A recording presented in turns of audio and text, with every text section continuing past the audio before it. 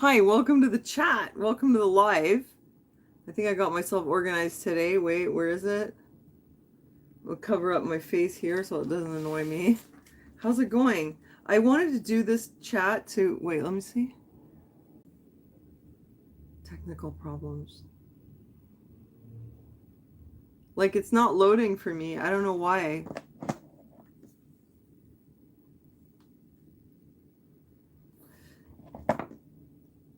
Oh, there we go. Okay, fine. It's working. Good. All right. Fine. I just wanted to make sure it was working. Hi, Blitz Moon. How's it going? I just wanted to stop in and actually, I come on here lately. I talk a lot about my stuff and what's going on with me. And I was wondering what's on your radar, like what are you thinking about? Maybe we could just talk about it. Hi, Nishnob. Good. Hi, Dale. Hi, nice to see you. Well, thanks for stopping in. Yeah, I'm trying to stick to a schedule because I told you guys I want to post on Tuesday and Thursday. I've been trying to keep this schedule forever. And it's just like sometimes I just have a really long day and I don't have anything ready, but I'm just trying to stick to the schedule so you know when to show up, So really like open forum tonight. I'm waiting for you to let me know what's on your radar. Like I said, what are you thinking about? What stories are you following? I mean, look, oh, hi Robin, all the way in New Zealand. Oh my gosh. I guess it's like 9 in the morning for you. All right, that's cool. Thanks for stopping by. Hey, Jeff, how are you? Oh, I'm totally fine, you guys. Oh my God. I don't want to talk just about myself and my stuff, my surgery and everything, but seriously, it is so crazy. Thank you, William. Not to sound gay, but I'm a female. So I think, well, it says William Smith. I don't know. You can't really know with people's usernames. Maybe you're a chick. But thank you for saying that I look beautiful. I think that getting my implants out took like 5 years off my face. I'm not kidding. It just like my face was so puffed, and every time I looked in the mirror, I was like, oh, but it just like totally depuffed. So crazy. And I still have no more pain. I mean, I'm still tired though, but that's just because, I'm just not getting enough sleep and I got the Jimmy legs as usual. But yeah, it was really worth it to get those things out. I recovered so fast, man. I've seen other women talking about their experiences recovering from surgery, and a lot of them had it a lot rougher. Not everyone, but I mean, considering my age at 52, I just bounced right back. I mean, really, like I never had a time where I was like laid up in pain or screwed, except for the first night, which I showed you. But I was totally fine. You saw me that first week. I was like doing stuff in my apartment and, selling things and making videos and whatever. I was totally fine. And you know what? The only thing that I did was I took a lot of vitamin D before my surgery to make sure my immune system was good. Yeah, I sound different. Aaron tells me all the time. He says, you sound so much more positive now. It's because you can tell my life force has come back. Those stupid things were like literally draining the life force out of me. And there's no effort on my part. I was just going to tell you before I lose my train of thought, I made that chicken bone broth. I had this big thing of bone broth, and even when I didn't feel like eating, I was eating bone broth, and it had duck fat in it. And I told you the recipe when I did a live after my surgery, and that was sort of my prescription, because it has a lot of stuff that's good for healing, and the vitamin D to make sure my immune system was strong, so I wouldn't like come down with something.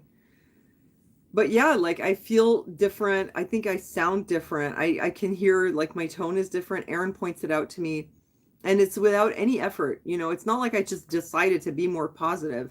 I just feel more positive. I feel more alive, and I feel more like I can keep track of my thoughts. And, even though I'm tired today, for example, it's nothing like before.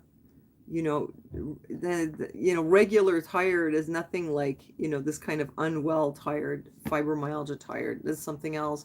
And you know what, it goes to show, like, it makes me think about this. Sometimes when you're around people and they have like a bit of a negative vibe and they're kind of like low energy and stuff, it's not necessarily because they have a bad mentality. It could really just be they're not feeling good. Because I know Aaron goes through a lot of that too because of his problems, that he just sometimes he's kind of really cranky. And when you're in pain every day, you're just not fun. I mean, who would be, right?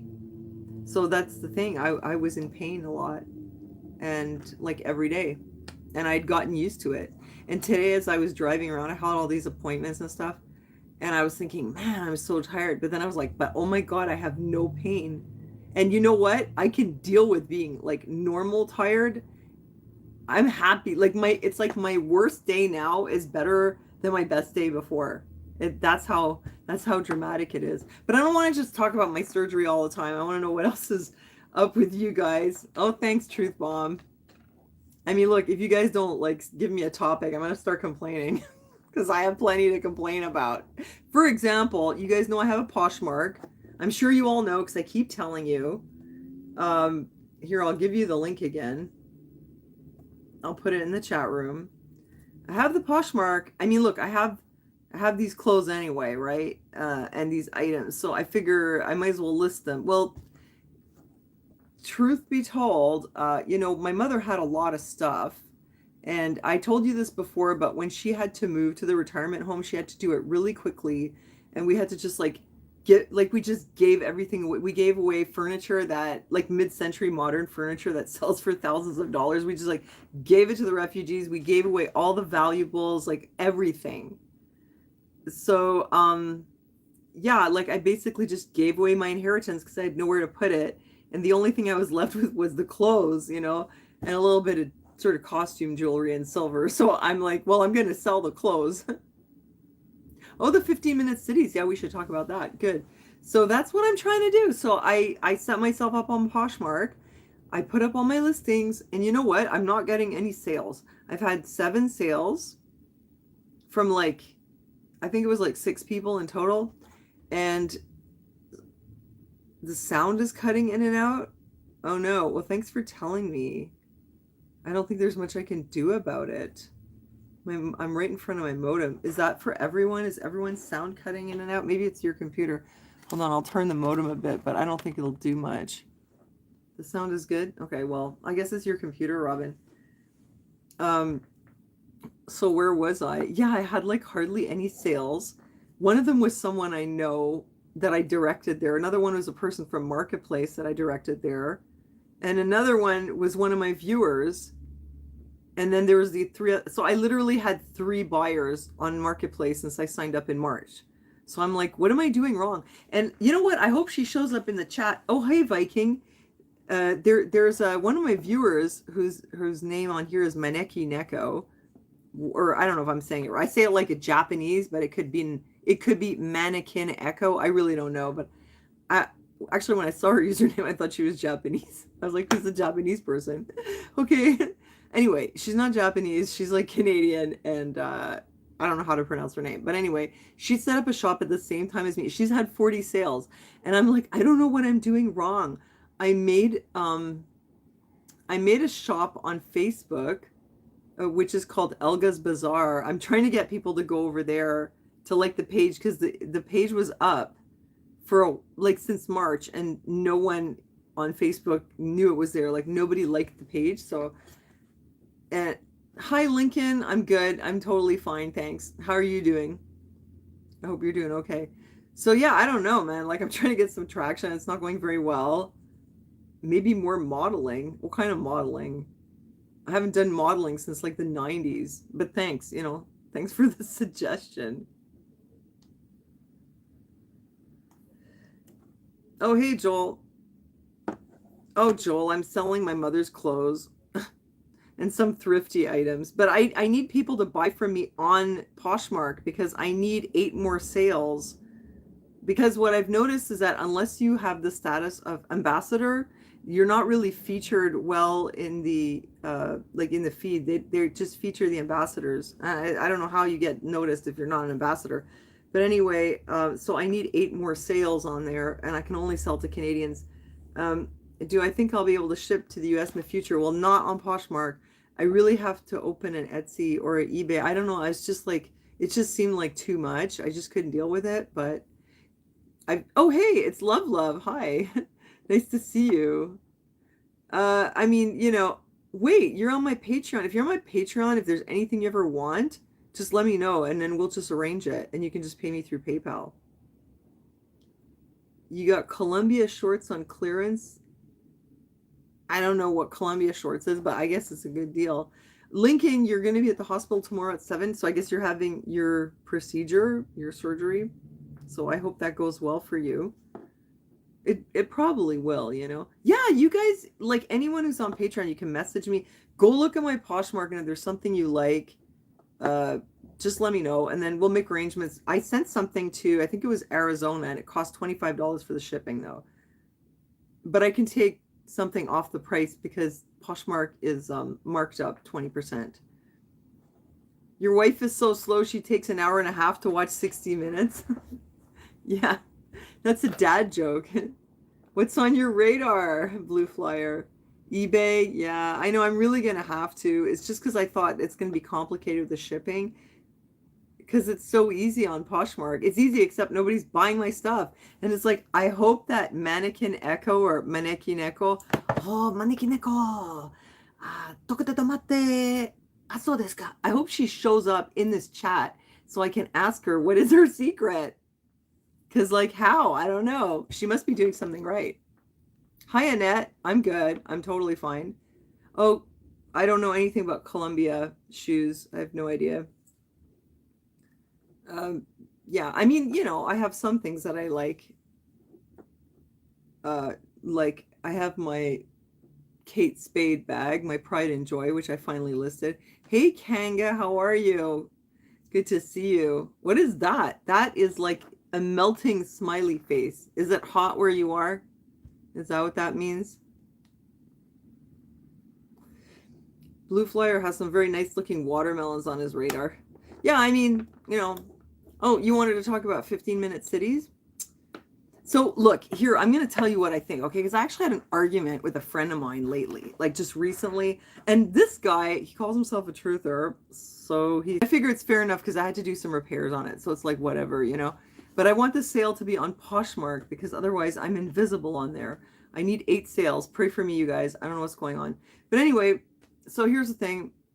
So we're having this discussion and he's telling me, oh, you know, like the people are like rebelling against this authoritarianism and there's a return to traditional values. Sorry. And that was Anita burping on the live. Sorry. He's trying to tell me like people are rebelling, there's pushback, and that the, you know, the New World Order or the World Economic Forum, Great Reset or whatever, it's not going to happen. Like, we won the battle. We're going to keep our freedom. They're in retreat. They're in retreat. That's what he thinks. And I was like, no, they're not in retreat. This is not what's happening. It's just that, you know, like they have big plans for us. It's kind of like very openly outlined in UN Agenda 2030. And they said we have but 10 short years to reach our goals. It's the one of the most important things for them, for their goals, is to actually account for every single person on the planet, identify them, and track them. I don't mean microchip, like I'm not going there. But here's the problem. Okay, there was this e-government readiness survey that the UN was running since like 2010 or something, maybe even before. So no, they're never going to retreat or retract. So they're running this survey to see how ready is every country in the world for e-government, which they say it's accessing government services online. I don't think that's all it is. I think it's also for the government to access you. And by the way, on a side note, accessing government services online is not a plus. It's a total pain in the butt. It's like now you're doing the job of someone who used to work in an office and do that stuff. Now you have to figure it out yourself. It totally sucks. Like, try dealing with the rental board now in Montreal. You can't get like a person on the phone. You can't go. It's very hard to go in person. You're supposed to figure it out all online, and it's discouraging. So, but it's more than that. The e-government readiness survey. So they're running it, and what you see though is that some countries are really high, like the Western countries and some of the Asian countries, but it's not equal. And then when you get into Africa and the Middle East, they're quite low, right? So I was watching this and I knew they can't go forward until these countries catch up. Let's say they implement this kind of like feudal system under total surveillance for a part of the world. The part that's not under that is going to see it and go, oh my God, no way, we're not going to let this happen to us. And they're going to have a much harder time with them. Well, that's my theory. So I think they want everyone to be close to ready and like have all the pieces in place. And they're putting different pieces in place in different places. Like over here, with these like electronic passports and digital IDs, we're at another level, and that's the same level as in Europe and some parts of Asia. But here's the challenge for them. Those other countries that are not anywhere near ready, there's a lot of work to be done there. Like, for example, in Nigeria, yeah, it's funny, Dale, you just mentioned Nigeria, and I was just going to say, okay, this is a good example, because this is a country where a lot of people still don't register the births of their children. So if you don't even know who you have as a citizen, how are you going to keep tabs on them and track them? How much control can you have when the births aren't even registered, right?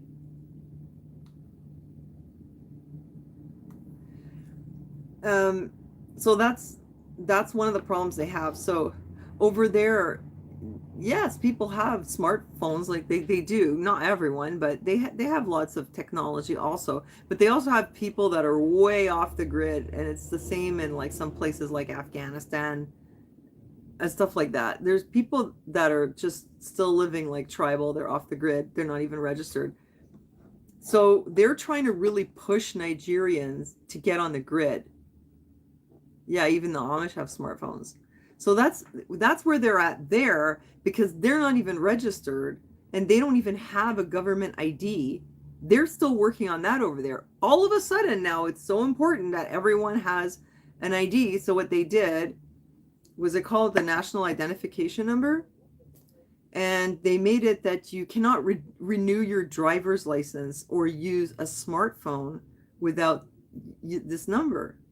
So like over here, you can buy a smartphone. Nobody's going to ask you to put your social insurance number or something like that in there, because they already know who you are. You're already like tagged and tracked. You've got your birth certificate, your government ID. Everybody knows who you are.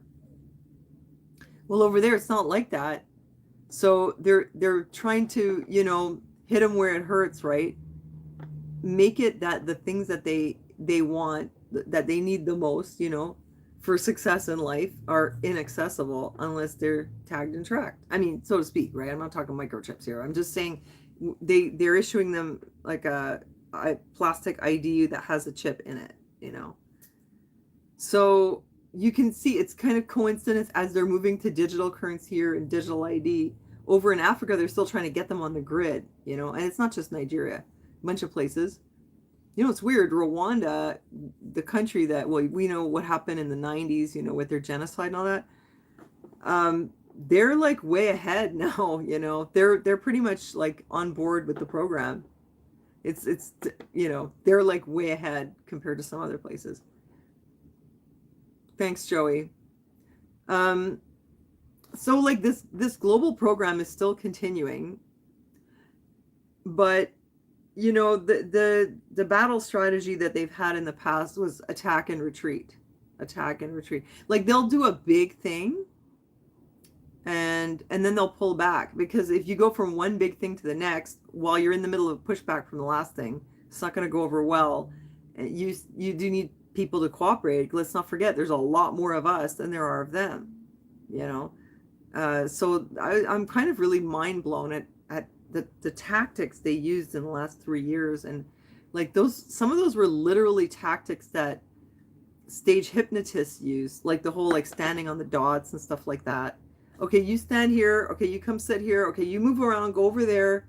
Okay, you come over here. And the hypnotist will do that first. You guys ever seen a hypnotist perform live? First, they'll have the people on stage like switch places for no reason. The only reason they're making them do that is to get them used to following their suggestions, So like telling people, stand on this line, stand on this dot, you go here, you go there. It's just to get people used to being told what to do. I mean, that's part of it.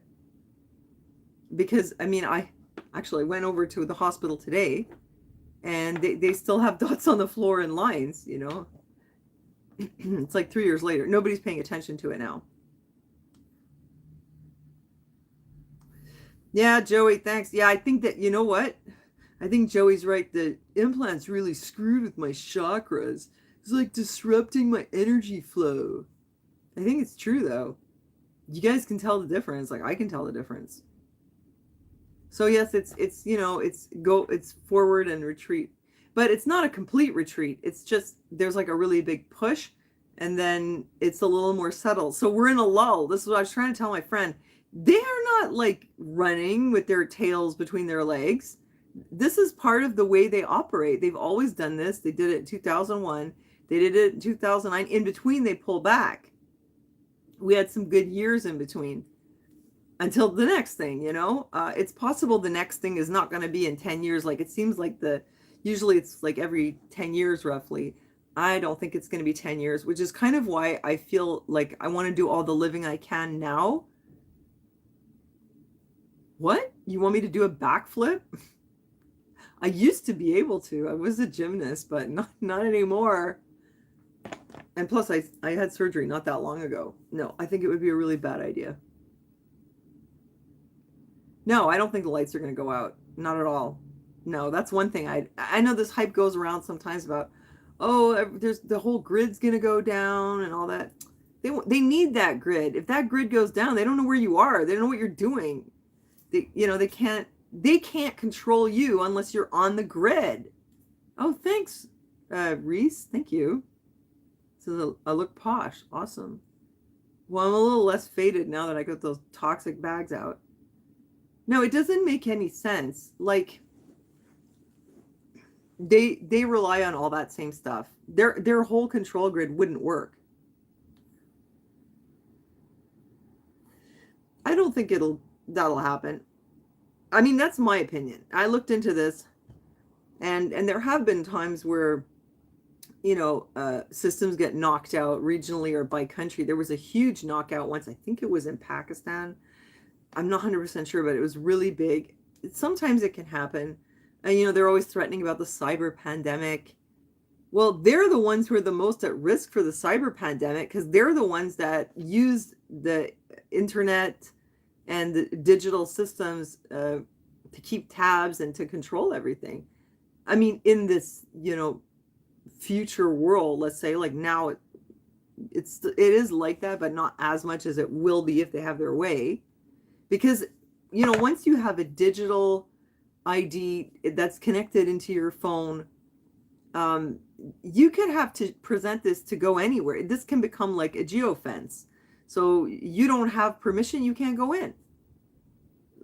So why would they want the system to go down? How are they going to keep anyone out? Well, if it's electronic doors, that's really screwed because then you can't even open the doors. You know, it doesn't make a whole lot of sense. I don't think there's anything in it for them, for the grid to go down. I think it's more subtle than that. And I think that's one of those things they like to keep people worried about. The whole grid's going to go down.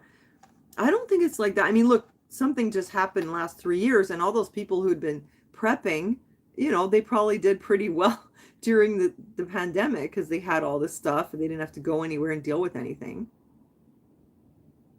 Cyber Polygon, yeah, well, I just don't see why well, if, you know, I think that maybe they genuinely feel threatened, but I think it's more of like an excuse to like strengthen systems and increase security where you have to provide more information to be able to use things, and things have to be more digital and they need your fingerprint. I think it's an excuse to tighten the screws on you. I don't think that they're going to make it go down. I don't think that. You know what I'm saying? I don't think that they're going to intentionally bring the grid down. Hey, Timberwolf. Hey, thanks for stopping by. It doesn't make any sense. I think it's just like something they'll tell you. I mean, they could like make small things go down and be like, oh, look what happened. I mean, things have gone down. Like here in Quebec, our hospitals and clinics, their medical file system got hacked. And it caused problems for months because apparently they didn't even have paper files anymore. So then nobody had the files, you know? That happened. Yeah, it's good to see you too. And look, you guys are talking about 15-minute cities. You know, it's interesting because people kind of got used to the idea of not going anywhere in the last 3 years. Like before that, people couldn't conceive, like, what do you mean I can't go anywhere? You know, what do you mean I can't leave the city? What do you mean I can't travel? So that was like, you know, it kind of primes people's mind. I thought this was going to be, uh, it's all about the environment. You don't go anywhere because it's bad for the planet, your carbon credits and all that kind of thing. Um, but they, you know, in a way, like in the old days, we had 15-minute cities. If you think about it, 100 years ago, people lived in little towns and villages, and they were all 15-minute cities because people didn't go outside of their town or their village very much. And you had your general store, you had your like whatever work you were doing, the local industry, you know, you had everything in your community. You didn't need to run all over the place for things unless you were in a big city like New York or whatever. But yeah, right? Think about like the town that we had our place in Enosburg in Vermont, little main street, and then sorry, there's all the little stores you need, and the people work in the area, and a lot of them didn't really leave the area very much.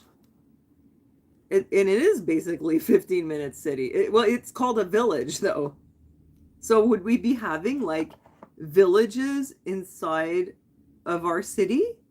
Like actual communities? Because they're not moving in that direction right now. Like, for example, we used to have a computer store in this neighborhood. I'm on the border of Westmount, and we had two. There was a Best Buy. Hi, Christine. Oh, hey, thanks for coming by. Thanks, Kanga. Yeah, I know. I was really sick. Like, I really was. And I felt like I'm just a shitty person because I just couldn't do anything right. I was so messed up, and I've been messed up for years. I told you guys on YouTube, I was like, I have a mystery disease. I was so unwell. I was in pain every day. I was just miserable, and I was just trying to keep going, but it just kept getting harder and harder. But yeah, like now, I'm not like that anymore. Thank God. Yeah, it was the implants. I really had breast implant illness. Imagine if I fake it, act like a schlep on YouTube for 5 years, and then I take my implants out and I'm like, guys, it was the implants. And it was all a big ruse, you know. Ruse for views. Not that I'm getting a ton, but anyway. Your friend is in the hospital with pneumonia. Okay, that sucks. Okay, so I was saying they're moving things out of the neighborhood is what I noticed. So they just the last computer store we had closed down. Now we have only Best Buy. It's all the way down, and our mayor, I've complained so many times, I'm going to keep it brief. She decides to make the streets narrow. Like, she keeps closing streets. They make the sidewalks double wide. Then they put 2 bike lanes, and there's like one like lane left for the cars. So the cars are driving into the bike lanes, and they're parking on the sidewalk. Hi, Lorena. Yeah, you do. You have fibro. Yeah, it felt like I totally had fibromyalgia. But lucky for me, I found something that's helping. I mean, really. I feel like I just want to live now, you guys. You know what I mean? I do not want to sit here and like read news, and because it used to take me like 8 to 12 hours just to put a video together. I feel like I was sick for like 10 years, especially the last few months there before I had my surgery. It was like, I told you, I thought I was literally going to die. Like, I couldn't even see a tomorrow for me, you know? So I just want to live now. I don't want to sit here and like waste what time I have left. I want to do fun things, you know, and hang out with cool people and spend money and look good doing it. Yep. But anyway, yeah, so they're moving things out of the way. It's like they're not getting themselves organized. If they really wanted a 15-minute city, first of all, there's no industry around here. What are they thinking?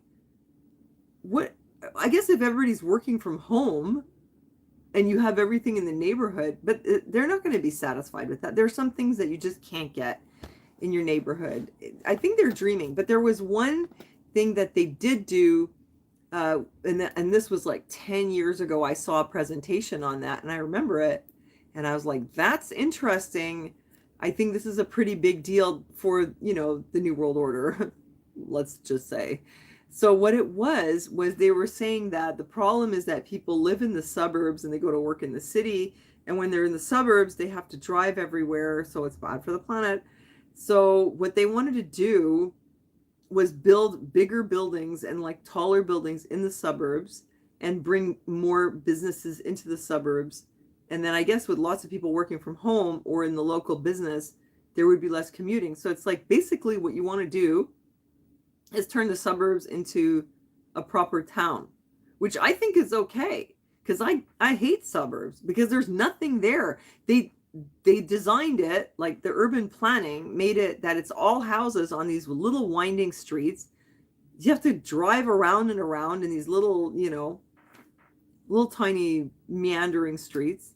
And then if you want something, there's no corner store, there's no nearby hairdresser, there's no grocery store, there's no liquor store. You can't even get a pack of smokes. You have to get in your car and drive to the strip mall. I always thought that totally sucks. It's like you want the benefits of living in the country and the city at the same time, and you actually have neither. It's not the country, and you have none of the convenience of the city. I like small towns. I think they're cool. So I think like that's cool, like to bring things back, build up the suburbs and bring more stuff there and less commuting. I think that's all right. I mean, I can't imagine how much it would suck to have to live in the suburbs and drive an hour or two to just get to work every day. That's crazy. I don't know who'd want to do that. But yeah, now looking at that presentation, I'm thinking that's 15-minute cities. That's what they're doing. They're trying to bring it all so it's in your neighborhood. You don't have to go anywhere. I don't know if it's literally 15 minutes, but that's what that was. Would I garden if I could? Yeah, I tried to garden last year on my balcony, and actually I bought all these like vegetable plants and stuff. I even recorded a video, but I never posted it. I did that a lot last year. And it was going okay. I had all these little things growing. I had lots of tomatoes. I had cucumbers, eggplants, all that. And then I went to Europe and I left my garden with Sylvie, and she didn't water the plants at all. She did everything else. She kept Aaron alive, kept my rabbits alive, but she didn't water the plants. Arctic timber wolf, you have not heard of 15-minute cities before? Well, the idea with the 15-minute city is that everything is like in a little capsule, not like in The Simpsons with the dome, but like a little, like you're living in a little bubble where you don't have to go anywhere.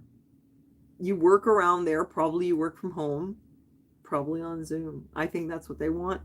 And your grocery store is there, the garage is there, whatever you need, Canadian Tire, your pet store, it's all like nearby, which we kind of have already. But see, this is the weird thing. If you think about it, we kind of already have that. Just about whatever I need, I can get it around here. So what's the difference?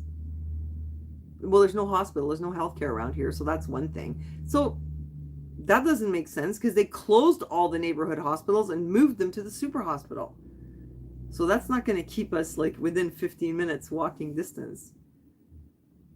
But yeah, like we have most of the stuff in the area, but the difference I guess would be that you wouldn't be able to go somewhere else. I don't know how they would pull that off. I think the closest they could do would be to like urbanize suburbs.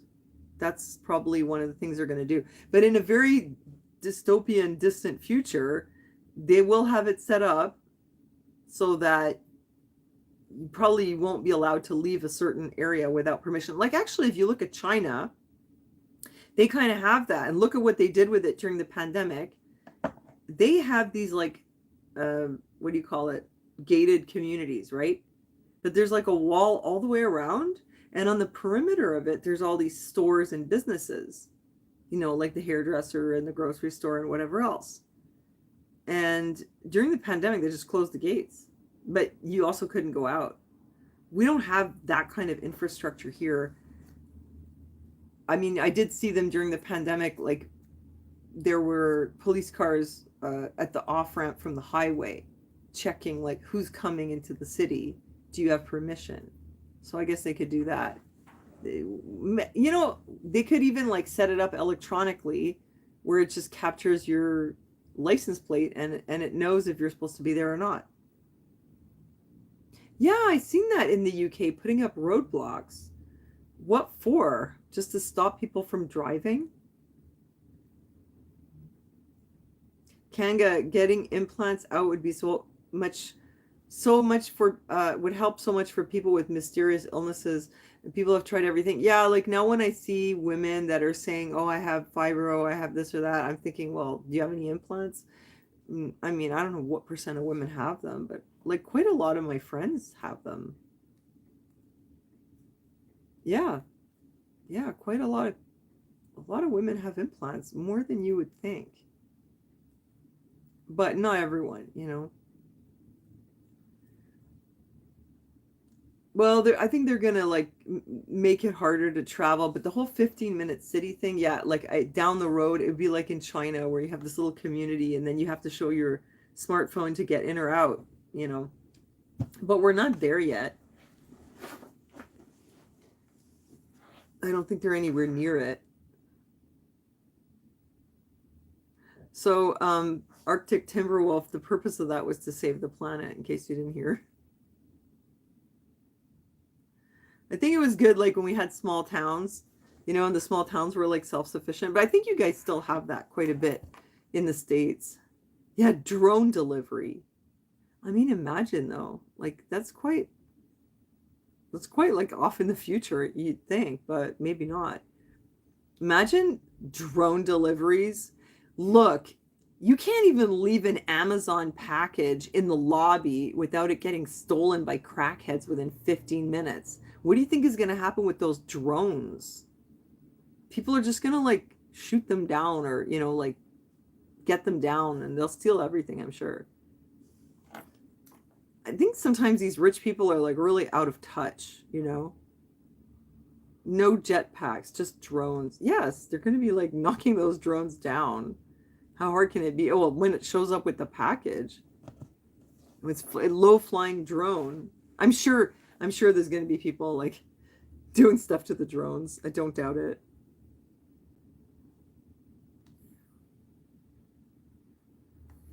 The shopping malls are empty now, really, Joey. Well, a lot of people, I don't know, are they shopping online? It seems like they're shopping online a lot less now. Yeah, water guns, spray the drones like a giant water hose and just blast them down. I'm sure people will be doing all kinds of stuff. They're going to hijack them, just like they take your packages. I can't even have anything delivered to my house. I have to have it all sent to the post office. Everything gets stolen. I remember this one time somebody wanted me to try their vitamins so that if I liked them, I could endorse them on here. And the crackhead stole the vitamins, and the guy was so mad. He didn't even send me anymore. He's like, I'm not dealing with you. I blew it completely.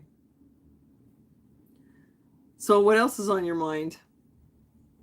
You want to know what I did today? I made a video about it. I was going to tell you in the video.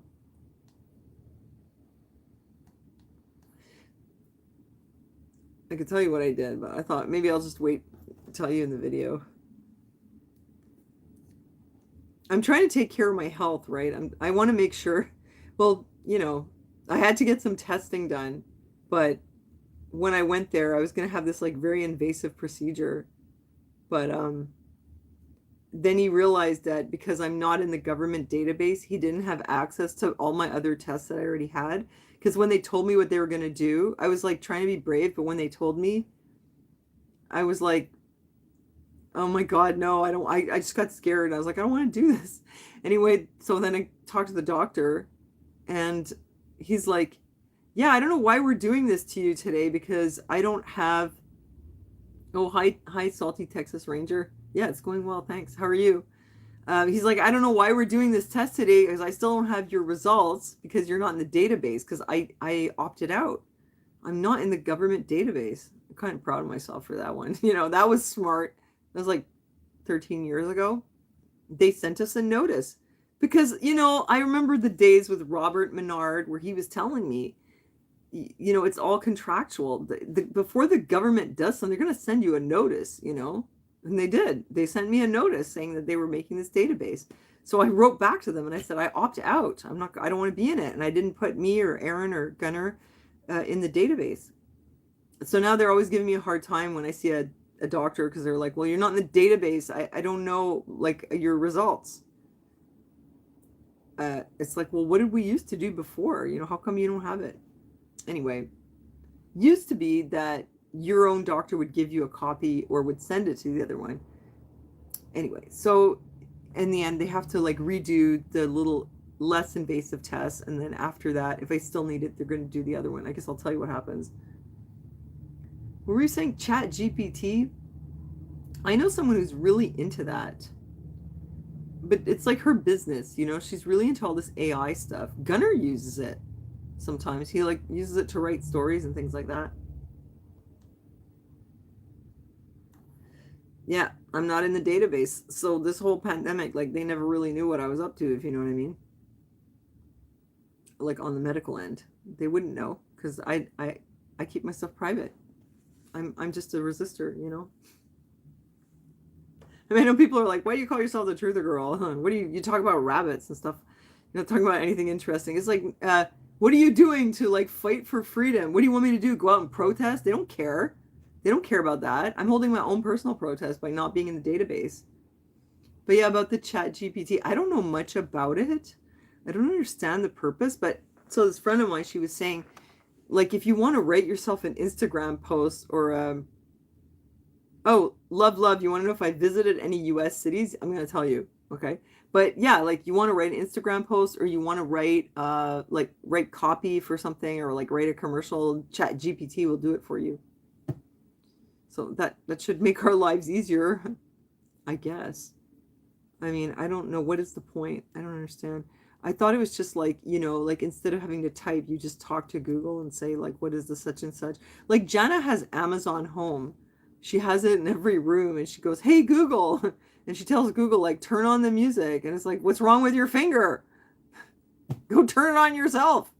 I wouldn't. You think I want a spy bot in my house just so I don't have to cross the room to turn the music on or whatever? No, thanks.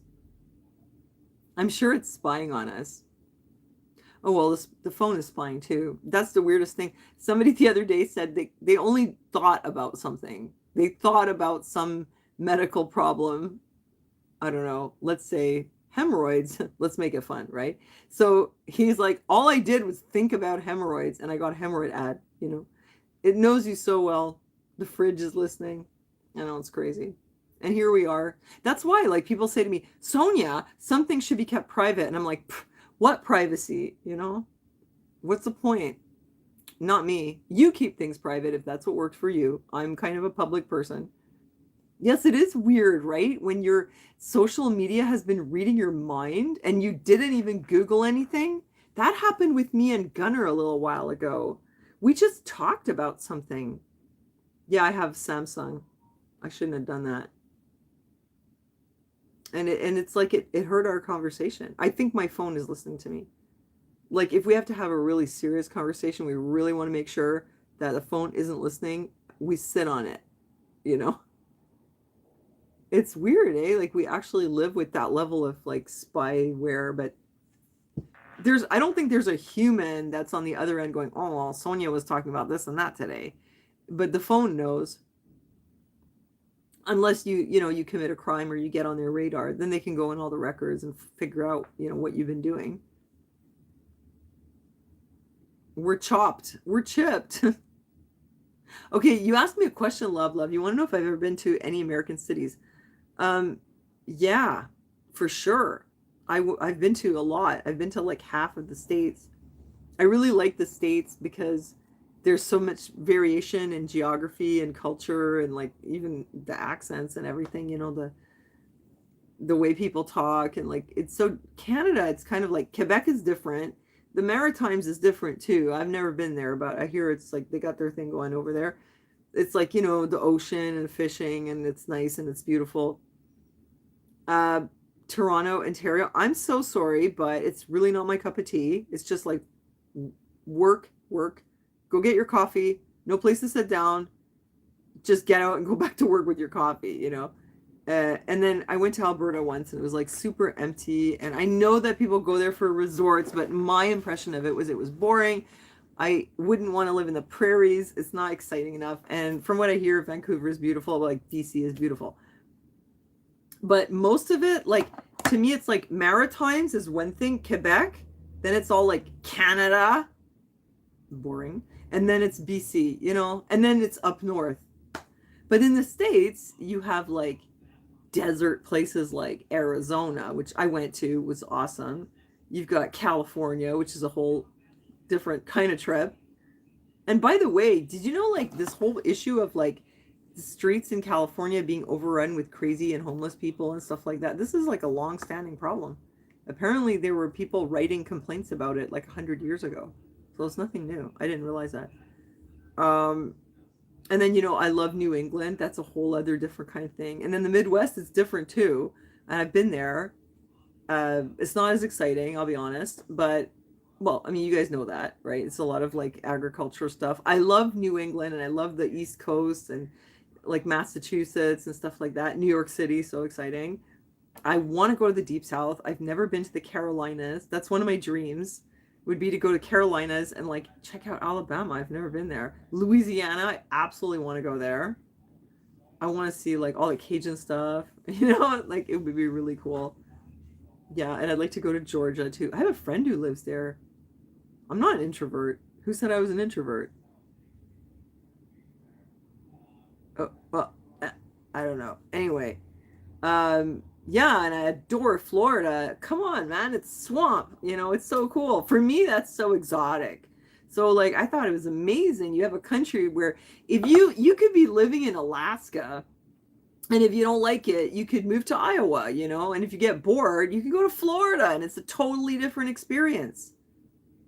Oh, I want to go to the South. Oh my gosh, can I come visit you? And where are you in the South? Oh, the introvert in the chat. Okay, Dale, not me. No.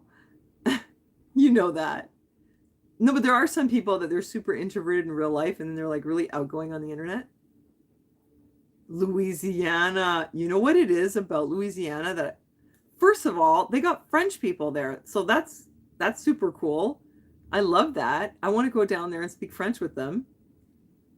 And I just think that's amazing that there's like a pocket of French in the middle of the Louisiana. You know, that's really cool.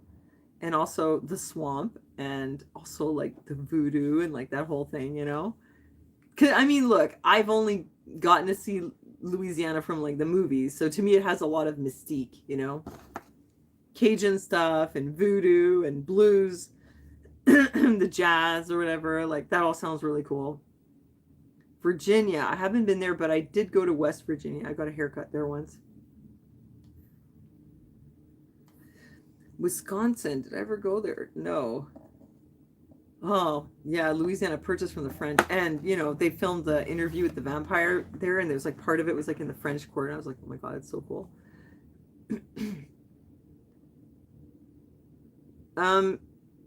I've been to Idaho. Yeah, I have. I was only there very briefly. Like, I hardly remember anything. Gunnar wants to go to Idaho because he has a friend there. Okay, I'll tell you where I've been. I might forget some of them. Well, Vermont. My parents had a house in Vermont. We weren't allowed to spend more than 6 months there. Yeah, the voodoo. I know. It's like I'm sort of fascinated, you know? Like scared and fascinated. They had a house in Vermont. That was in Enosburg Falls. And I had a lot of good memories, like when I was little, you know, being there. And then as a teenager, I was super bored. But we were living here. But my parents, I guess they were really strict. So whenever we had a break from school or a weekend, like we didn't get to hang out here in the city and like do stuff. We had to go to Vermont and be on the property. And we were there all summer, like literally 3 entire months, plus all of December, all the weekends. And as a teenager, honestly, I was really bored. I used to freak out when we were going to Vermont. I was like, oh my God, no. I'd bring a huge bag like this of all my piano music in case I get bored. Of course, I'm going to get bored. All the piano music, and I bring all my art supplies. And I just play the piano a lot. We didn't have a TV. We didn't have a, you know, VHS or whatever there was back then. No video games. Like there was literally nothing. We had a radio. At one point we had a very small TV, and then they got rid of it. I mean, we had no media. Yeah, so we were, yeah, but Vermont is gorgeous. Like, it's so green and lush, and I can appreciate it now, but I didn't like being stuck on the property. Like, if we had gone to Vermont, but I'm kind of a city girl, you know, and I like seeing things, right? I like a little action. I'm not the kind of person who likes to just so commune in nature and like hang around. I get so bored. When I went to Cuba after about 5 days, I said to Jana, I'm starting to miss the cleaning. I need some, like, you know, Europe, that was my kind of trip where you see lots of things and you're running around. So yeah, we'd hang out in Vermont, and if we had like taken more little outings to like museums and different towns and gone shopping and tried different food, or that would have been more interesting. Okay, so Vermont, yes, and of course Massachusetts, because I went to school there for like 3.5 years, and of course New York State and New York City. No, I haven't been to Maine. I've been to Delaware, but just really briefly. Maryland, my mother had a friend there. Washington, D.C., I used to go down there to visit her in the spring. We used to go visit. West Virginia. Okay, wait, I'll go around the other way now. Okay, so New York. I never went to Niagara Falls. I've been to, I think it was South Dakota. Illinois, Iowa, Idaho, Washington State. I've been to Seattle. I went to the Underground City. I've been through Oregon, the whole thing, because I biked all the way down the coast. Oh, the Ozarks. Oh my God, yes. Yeah, no, I love the States. Like I had this goal. I wanted to visit every single state. I should have, I don't know. Sometimes I thought, I don't know, why did I have to see, you know, Illinois and South Dakota and Iowa and Idaho? I did see the Badlands, so that was cool. Why did I have to go to like Iowa and Idaho? I could have gone to like, I don't know, Brazil or something instead, but I was like touring the States, you know, several times. Yes, I've been to San Diego, Santa Barbara, just about every Highway 1, Highway 101. I went to Chicago in Illinois, and I saw a premiere of a movie while I was there. What was it? Could have been like a Batman movie. I don't know. I know I saw a premiere of a movie, and I just remember Chicago was a beautiful city, like really nice big buildings. It was beautiful. I don't remember very much now. I mean, it's just a blur. Okay, Florida, Hilly Billy, one of my favorites. Tell me where you're from, and I'll tell you if I've been there. Ghostbusters. Was it Ghostbusters? Why were you there? Were you on the trip with me? And I don't think I went to Navy Pier, but wait, that reminds me. I went to Monterey in California, and I went to a pier there, and I thought this is where Jimi Hendrix was, or something like that, you know? Champlain, New York. Yes, with the lake. Yeah, for sure. I've been to the Lake Champlain. Well, I was on the Vermont side, but I've been to New York side too. Oklahoma, no, haven't been there. No, I haven't been to Decorah, Iowa, but I did go through Iowa. But I was camping, and I don't really remember too much. Not Lancaster, but I have been to Pennsylvania many times. And I went to the Poconos. I've been there. No, Lancaster is cool. I haven't been there. I want to know what's so cool about it. Oh, hi, Candy. Washington, D.C. Absolutely. Can't tell you, when I was a teenage runaway, I ran away from Massachusetts and I hitchhiked. And you know where I went? I went straight to Washington, D.C. I thought they're not going to look for me there. I had this plan that I would blend in with the students at the University of Maryland. I'm serious. 16-year-old runaway. And I didn't dress all like, you know, runaway, punk rock or whatever. I dressed very nicely, very preppy.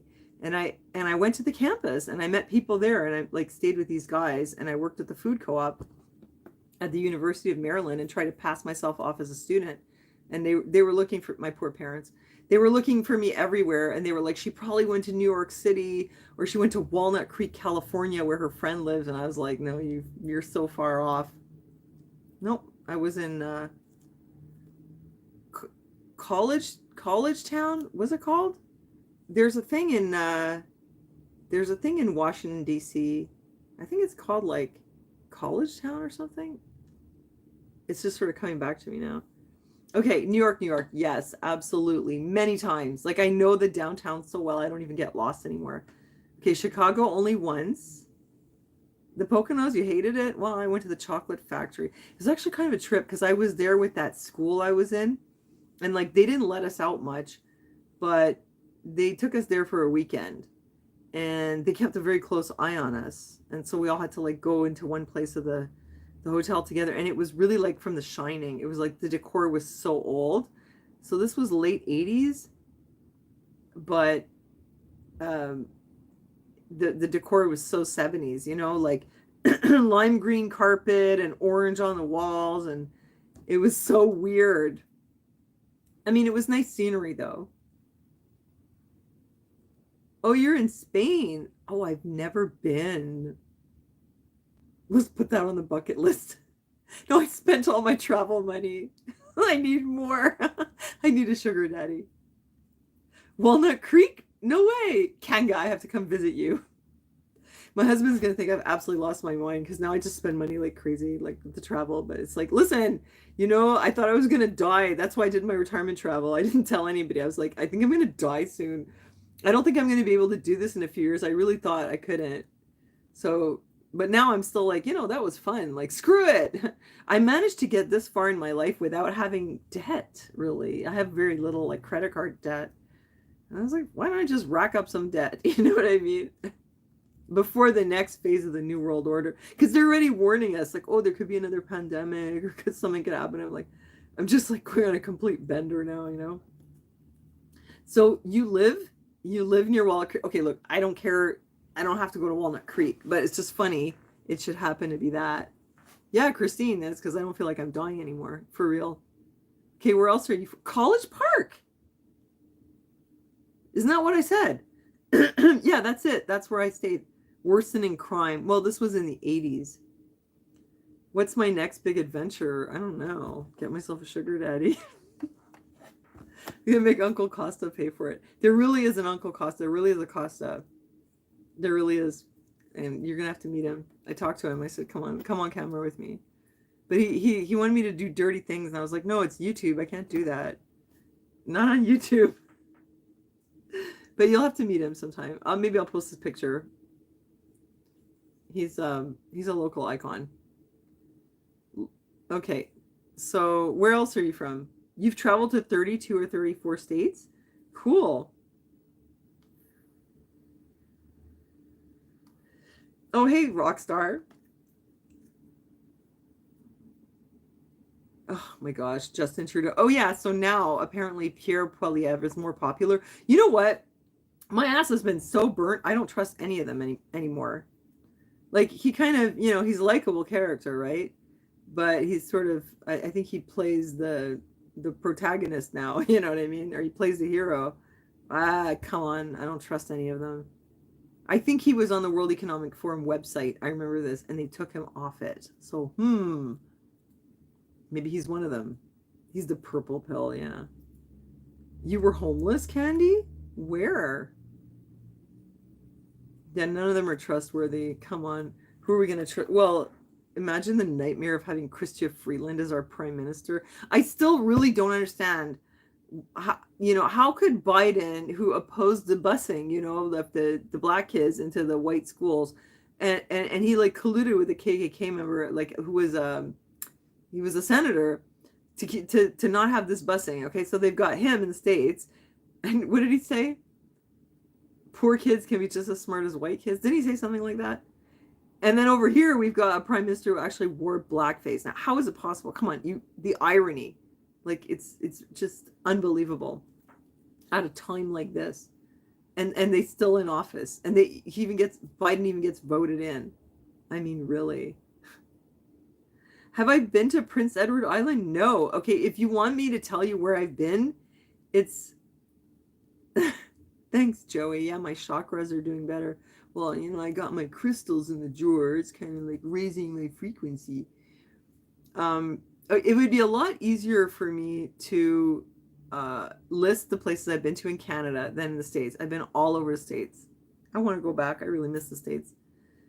The States is quite badass, you know, very beautiful, but also quite badass. So Canada is something else. Canada's so like tame compared to the States. Y'all are the Wild West, you know? So in Canada, I've been to Montreal, Quebec City, the Eastern Townships, Ottawa, Toronto, Manotick outside Ottawa, super boring. I mean, whatever, it's cute. I was in a play. I was performing there with the Fringe Festival. You know the it's called the Fringe Festival. It's like a fringe theater. So I was in a play in Manotick, and I went to Alberta, like I said. I think that's it. It's a short list. Quebec, Ontario, Alberta. That's it. How old is the truther? Who, me? I'm 52. I'm 50! And I can kick! Let's see. Wisconsin? No, I haven't been there. Oh, Alberta's not going to secede. No, I don't think they're ever going to do that. I think it's all talk, you know, like they had talks like that. Texas is going to secede. I don't think it's going to happen. Really? You're 52, Rockstar? No kidding. You look young. Oh, okay. Oh no, Candy, your husband died in 2018. I'm sorry to hear it. And oh, that brought you out of homelessness? Okay, well, I'm glad you're not homeless anymore. Oh, you guys are all like, you're all my age. Yeah. You had like the over 50 club. But I think people in my audience, it's mostly like between 40 and 70 or something like that. 40s, 50s, 60s. We're like the Gen Xers here, right? Yeah. I'm sorry, Candy. I can only imagine like if something happened to Aaron, like how brokenhearted I would be. Yeah. But I'm glad you're not homeless anymore.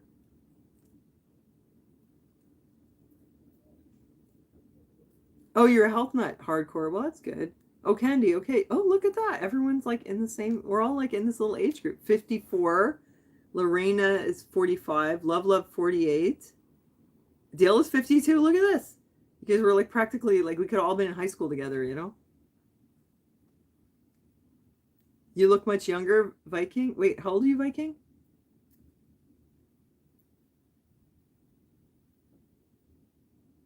Kanga was impressed with the politeness of the people of Calgary. That's what they say. Oh, Canadians are the nicest people in the world, except the French ones. That's what they say. Oh, you're 55, Kanga, and Little M 39 is 53. Susan is 75. I think she is the guest of honor so far. She has the highest age, you know. Viking, you're 52, right? Same as me. Yeah. If you didn't color your hair, you'd be a wizard. Yeah, I'm a wizard too. I'm an old witch now. Well, that's cool. We're all sort of the same. Oh, you just had a birthday, love, and you forgot. Sometimes I forget. Seriously, after I got past a certain age, I was like, wait, how old am I again? I have to think about it. Stephanie's 43. A boomer, yeah. Yeah, older than my husband. Shelly is 59 and doing fine. That's great. Lady Liberty, you're 67. Cool. Man, you guys, you know who was my role model for like staying young at heart was my mother. My mother, you've seen the videos that I made with her. My mother, first of all, she loved to be on camera. She loved to come on my channel. She would never say no. And that's why like I continued, even though she did get sick and everything, but I continued to like, she would drop in, you know, and I'd ask her, you want to say hi? And she'd be like, oh yes. And then she'd say, hello, everyone. And then, you know, as she got more unwell, like she doesn't remember so much, but I know my mom, she has no problem being on camera. But she's always like very lively and very young at heart. And you could see it in those old videos that I made with her. I think it was in 2016. 2016, I made the first video. Well, no, I made some with her even when she was a lot younger. I should have put her in more videos. She was so much fun. I just want to share her personality with you guys. I have this one video of her before she got sick at all. She was 79, you would not believe. She was so fit and she was so peppy and like so full of life. You know, basically, if you're healthy and you feel good, you're young. You can be, you know, young at heart. Like they say, as old as you look and as young as you feel. My mother was very, very young, 80. I was very surprised that she just suddenly, like, she got the dementia just like that. Because right up until then, she was extremely healthy. And she was, yeah, she was like my role model. So as I was growing up with her and I'd see her in her 50s, and she was a young 50, a young 55. I look at my mother when she was in her 50s and 60s, and she was like a young woman, you know? Yeah, she was the youngest 65 that you could imagine. It's 75, even 79. Yeah. Yeah, it was that operation. It all, I think she was getting dementia already, but it was sort of kept in check, maybe. Like all the things that people say she should do, the coconut oil and whatever else, you know, she did all those supplements and all those things. And I think it was keeping it in check because her mother died at 82 and she had dementia, I think. My aunt says it wasn't dementia, but my mother was telling me that whole time she had Alzheimer's, you know. Oh, thanks, Hilly Billy. Um, my mother, she just ate a lot of whole foods, you know. We didn't have junk food in the house. Yeah, but I mean, it wasn't perfect. I mean, she ate like, you know, the meats with the nitrates in them and stuff like that. And she had a bad habit of drinking milk, which is not good for you. Hey, Pam, how are you? Oh, yeah, my mother. Yeah, I know. Yeah, that was not my call. That was up to somebody else, her guardian. No, it was not my call. But, you know, I mean, it was only the first one that she had issues with. The other ones, I didn't notice any difference.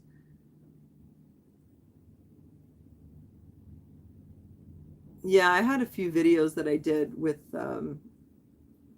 my mom back when she was well. She was a lot of fun. My mom was a blast. But it's weird because before, like when my father was alive, I didn't see her that much because she was so devoted to him. It was like her whole life revolved around my dad. Um, so she didn't come over or anything really, not very much. And then when he passed away, when Gunnar was two, after that, like we got really close because he wasn't there anymore. Because when he was alive, like they spent a lot of time at the house in Vermont, and they traveled like 4 times a year. They were living it up. You know, why not, right? They would go to Europe. They would always go to Poland to the spa because they said it's like super cheap to go to Poland and go to the spa. Well, the diet they feed her, I mean, honestly, at this point, she's on like a parade diet. It's kind of really far gone with her, but she has a very strong constitution. You know, like her speech is very deteriorated, but she's still going strong. Like we take walks and she still walks fine, and she's still in there. Oh no, Susan. Oh my God. I'm really sorry to hear it. And I feel like people really got screwed. You're 12 years older than me, yeah? Oh, well, Aaron's 11 years older than me, so you're like Aaron's age. Hey, Olivier.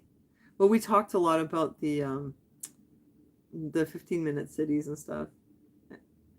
But yeah, my mom, like she's still in there, you know, like when I went to see her the other day and I took her outside and she sat in the sun and she was like, "Oh, that's so nice." You know, she could tell me, even though most of the time she's not very coherent, but she did say, I said, "Oh, you like sitting in the sun? It feels good, doesn't it?" She's like, "Oh, yes, it's so lovely." And I gave her a pedicure and she had the biggest smile on her face. I posted the pictures on as a post, you know, on YouTube to show you because I should have written a little. Oh no, I didn't post the pictures. I just posted the one where we went to the garden. I didn't post it. I wanted you to see because people think like, oh, when somebody has dementia, it's like, well, they don't really know what's going on, but they do though. They just can't express it. They can't always clearly, like they probably don't clearly know exactly what's going on, but they know when they're being cared for and when they're being loved. You know, just like a baby doesn't can't explain and doesn't understand everything, but they know when they're being loved and cared for and when good things are happening. And it's the same, I think, with people with dementia. Yeah, Marrow Genomics channel. I watch him too. Yeah, he's got lots of good information on there. Yeah, I mean, you guys know I'm on Telegram, and I just see all the stuff keeps rolling in. And it does get posted also on Twitter sometimes. I saw a post from Japan lately. Issue with the skin, let's just say. It looked like a zombie. Seriously, it was very bad. I mean, I don't know what to say because it's something different, like no one's ever dealt with before, you know? So I always think there's a solution for everything, usually. But for this, like, I don't know, how do you reverse it? I don't know. Yeah. So no, I don't go on Twitter. I basically don't have any social media except for YouTube and Facebook. And I just read things on Telegram, but I got sick and tired of social media because they're using it against us. The M word? What's the M word? Menopause? No, I didn't say the M word. I don't know what you're talking about, Olivier. I think like they've the AI that runs the social media is like properly evil, you know. It's really designed to like screw up our heads as much as possible. It's designed to destroy like the fabric of our society because all it does, it'll keep pushing certain kind of topics on you until you engage with it, and then so you can argue about it with other people. That's why I never want to talk about pronouns. I don't talk about any of these things. Yeah, I could talk about it, but why should I? Because you know what? I know that the AI wants me to. I know that they want me to talk about it. That's why I don't talk about it. Because the more attention you give it, the more you're feeding it. I don't talk about any of that stuff. Amy, yeah, no. Oh, well, at that time, I was taking it for like 3 years every day, but I'd been taking it for many years, like 10 years, on and off, like just for restless leg syndrome. And then what happened was, as you all know now, like Amy, I don't know if you know, but I had breast implant illness. But I was also going through menopause at the time, and I was really, I was like struggling very badly emotionally. I wasn't coping at all. And usually I would just use it for my restless legs, but I started taking it. At some point, I just decided, screw it. I'm just going to take as much of it as I want. And I would drink it. I would put it in my coffee in the morning, and I'd have it at lunch, and I'd have some at dinner, and maybe another cup at bedtime. I wasn't like going crazy, but I'd have like a quarter teaspoon, maybe a half a teaspoon, like 3 or 4 times a day, maybe 4 or 5 times a day. And I definitely developed a dependency on it. Like if I didn't take it every day, several times a day, like literally it would wear off every 4 hours. And I was like, oh no, I gotta medicate, like it was really like that. I had to medicate. And I mean, I remember I was in Mexico, and I realized like, oh no, like I feel achy. I gotta medicate. And I was like eating it on the beach. And I was like, okay, I'm like totally like hooked on this stuff now. But really? You think, Olivier? I don't know. How much did you take? I don't think it did any damage to me. But the thing was, like, in the beginning, like, I would take it because it would help with the pain in my legs and the emotional pain. I was so desperate for help. I kept going to doctors. Nobody would take me seriously. Nobody would help me. I medicated myself. I'll admit it. I'm first to admit it. But after a while, like you kind of just get used to it. And then I had to just keep taking it all day. Yeah, Kanga. Somebody was asking about it. Yeah, so I was taking it like pretty much throughout the day. And it's not that it was having a bad effect on me. Like I wouldn't say like something happened where I had like a side effect. It wasn't like that. It was just that the fact that I had to take it because it only lasts for like 3 hours, 4 or 5 times a day. I pretty much had to. Otherwise, I kind of feel crappy, if you know what I mean. But the thing was, it wasn't working anymore. I was, maybe it worked for a while as an antidepressant. And then I was right back to where I was, and I was totally burnt out. I wasn't coping at all. And I was like, I don't know, I was just really scared, like neurotic all the time. I was just like totally fried. I was also dealing with all that stuff with my son, and I was homeschooling him while taking care of Aaron and my mother. So I had a lot going on. Like there wasn't much time for me. My life was very stressful. Aaron was having health issues. I was dealing with my mother who has dementia. I was like becoming her caregiver. I was homeschooling my autistic child. And imagine I would have to take my autistic tween to go when I took care of my mother with dementia. You can imagine the stress. It's like I never caught a break, you know. But I just, the crowd, oops, I wasn't supposed to say what it was. I mean, the thing, you know, the tea, it wasn't working, so I had to stop. And it wasn't that hard. It wasn't really a big deal at all, actually. I've had worse, let's just say.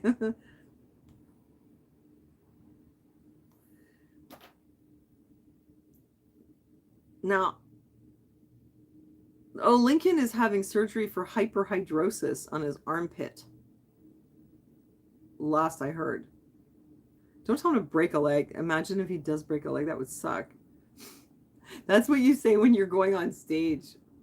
Not when you go to the doctor. Go for surgery. Oh, hidradenitis suppurativa. What did I say? It was hyperhidrosis, not something else. Oh, yeah. I know what it is, though. I've seen it on Dr. Pimple Popper. It's like, isn't it like where your skin gets all swollen and it's like oozing like liquid or something? Yeah, you were way off, Olivier. Yeah, I hope it goes well for you, Lincoln. I'm sure it will. It'll go well. You'll be okay. It's in your armpit, right? Yes, tunnels leaking. Yeah, I know I saw that. But they can fix it, right?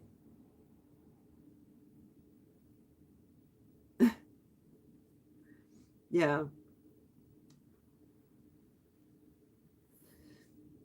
Yeah, that's gonna be rough. Well, I mean, things happen. They fixed it before. Okay, so they're gonna fix it again. So you'll come out of it better. You know what's crazy? Speaking of Dr. Pimple Popper, I had a friend who had one of those things that they show on that show. What's it? It's a lipoma. It's a tumor made of fat, and it was like over here on his hip. It was just like a big like chunk of fat that was like growing. It was like a boob on his hip, actually.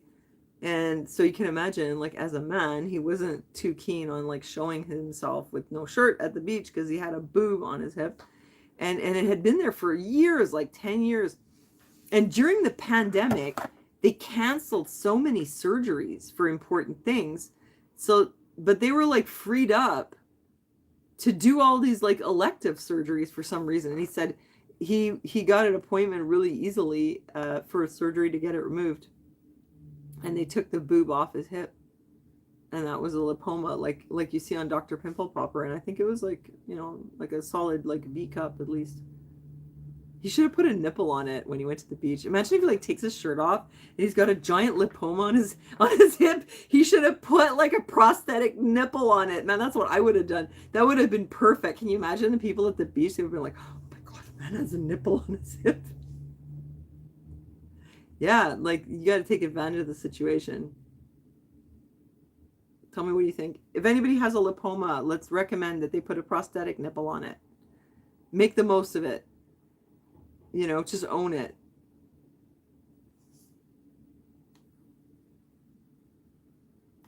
You guys are talking about Pierre Poilievre again? Yeah, I don't exactly trust him. I'm suspicious. They sell prosthetic nipples. They do. Put nipples everywhere. Yes. I just had a great idea.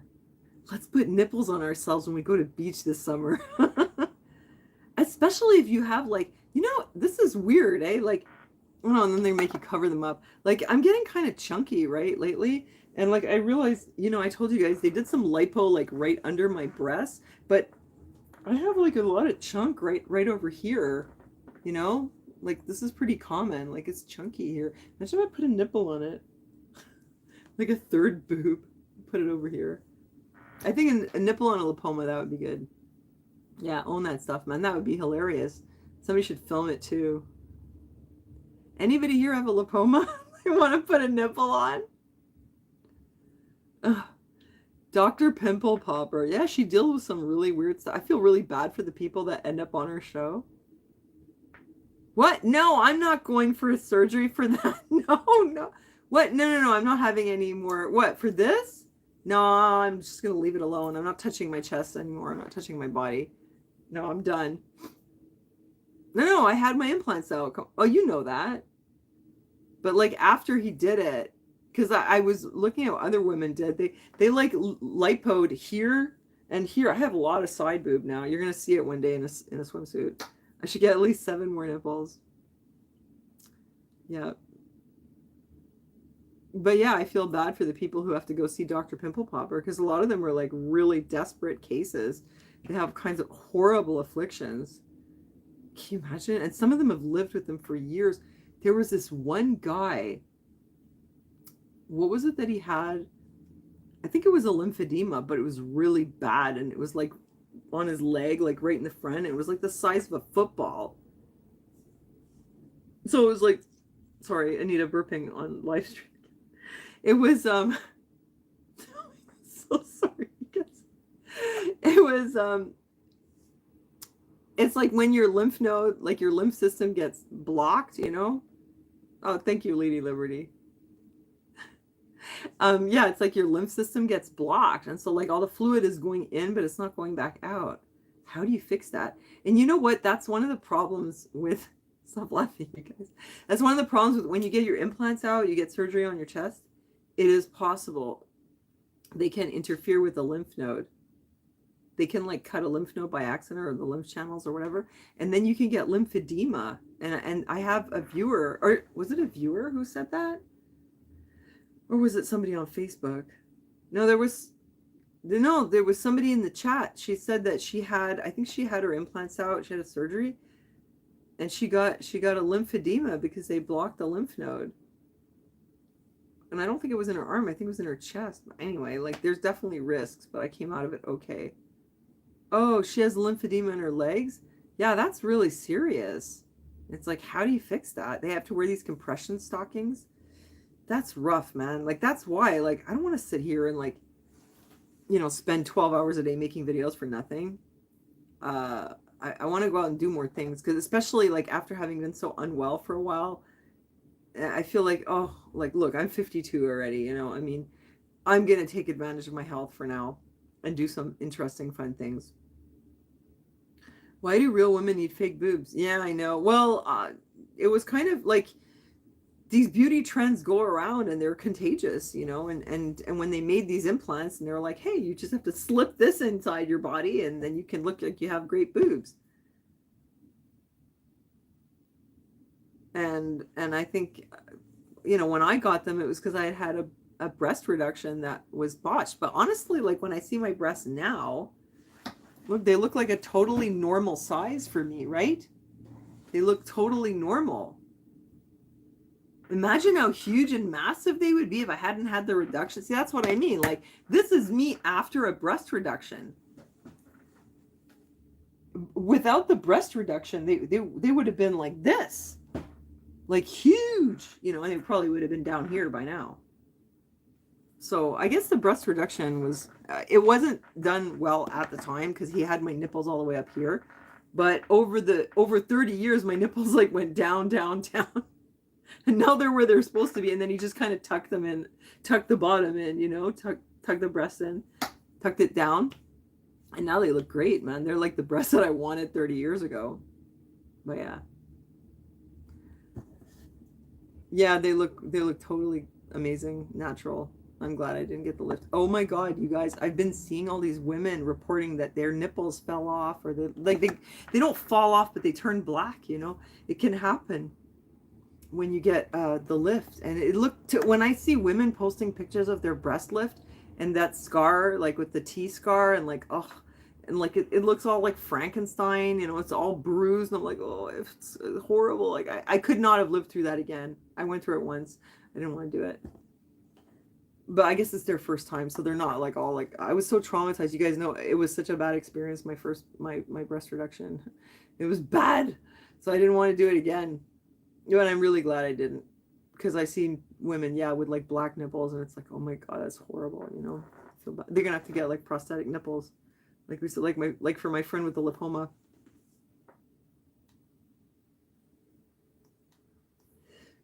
Oh yeah, Lincoln, what are you gonna do? You're gonna have to get some help. Well, I hope you heal quickly, you know. I hope you heal okay. Yeah. I'm gonna have to go, unfortunately. Time just like flies when I'm here chatting with you. But I'm gonna have to go because I don't have to put baby to bed.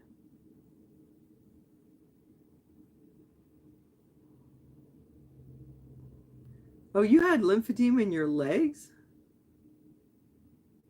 Oh no, awful. I hope that's better now. Yeah, it's 11 o'clock and we have to go to bed because he's got to go to school. And he didn't even make it to school today. I had like 3 days in a row where I had like, I don't know, 6 hours of sleep. And he didn't get enough sleep either. But anyway, it was good catching up with you. You know what, Olivier? I want to come down to the Hosh to see you and make a video with you about the fire cider if you're up for that. I think I already told you that, but I was thinking of you today and I was like, I really got to get down to the Hosh, you know? Let me know.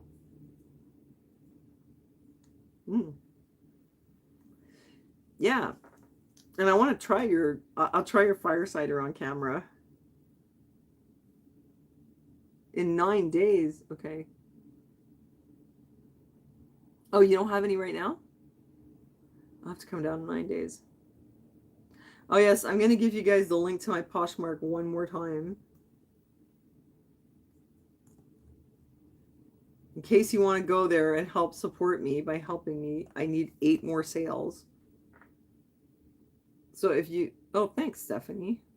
If you guys see anything on there that you like, hit the like button or something. I'll make you a deal. But I really need 8 more sales because right now I'm still like kind of invisible. I do not know what's going on. I was hoping Maneki Neko or whatever would show up. I don't know how to pronounce her name, but anyway, so I could ask her like, what's her secret? Because she came on the same time as me and she had 40 sales and I've only had 7. And 3 of them were like people that I sent over there from Facebook. So, well, one of them was from YouTube, but you know, yeah. I need help. Pray for me. Pray for me with my Poshmark. Turquoise lamp? What turquoise lamp? I don't have any lamps. Oh, the ashtray. Maybe you're thinking of the ashtray. I didn't put it up.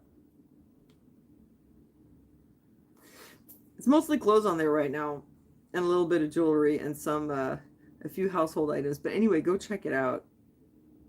Oh, I'm using it. I'm using that lamp. I'm not selling it. Yeah. Oh, and I did another thrift haul. Maybe I'll do a video about it and show you my thrifting finds. But these are just sort of for me. There's only one thing that I might sell, which is a bowl, and I'm refinishing the wood. I just went down to bring Aaron his dinner, and I forgot the sandpaper again. You've been on there for years? I don't know how people get sales. I don't understand why she's getting, not you, but the other girl who went on at the same time as me, she got 40 sales and I have 7, like I said, and only 4 of them were like organic from Poshmark. I do not know. Well, anyway, there's my link. Lorena, what's your name on Poshmark? Maybe like back during the pandemic, maybe it was like easier to get sales because everybody was shopping online. But it can't just be that because Maneki got so many sales. I'm just going to wait for your answers to tell me what your name is on Poshmark. I do not know what to do. I'm like sharing people's stuff all the time because like I'll share their stuff and then they'll share back. Yeah, that's cool, Lorena. I'm trying to resell. Like I've been selling on Marketplace for a few years, but it's not enough to live on. Like it's a little extra. Basically, like it pays for quite a bit of my stuff. You know, I don't think I had spent any money on clothes or household stuff because I'll buy stuff for myself plus to sell, and I'll sell that stuff and it pays for my stuff basically. But it's not like I make enough that there's like a real profit. It just covers my expenses. Lorena, Chicago. Oh, you're in the States. Okay. Okay. I'll go check out your store. I'll share your stuff. But yeah, I'm in Canada. I'll write your username down so I don't forget. Chicago. We were just talking about Chicago. Oh, and you're on Mercari. I don't know, man. I'm not giving up, though. I'm not giving up. But sometimes it's just super slow, and I'm like, what am I doing wrong? I don't know. It's not easy. Like, sometimes it's really good, and other times it's slow. Like, when I was recovering from my surgery, like, I got people coming over. I sold a bunch of things like during that week. I made like $160 that week. And then it just slowed down again. But I'm worried about Poshmark. I'm like, what am I doing wrong, you know? I don't know. Maybe it's all my stuff is crap. It's possible. It's all because I found it all in the dumpster. You know? I'm just kidding. Wouldn't that be something though? Yeah. Steal my neighbor's old junk out of the garbage and sell it on Poshmark. Why not?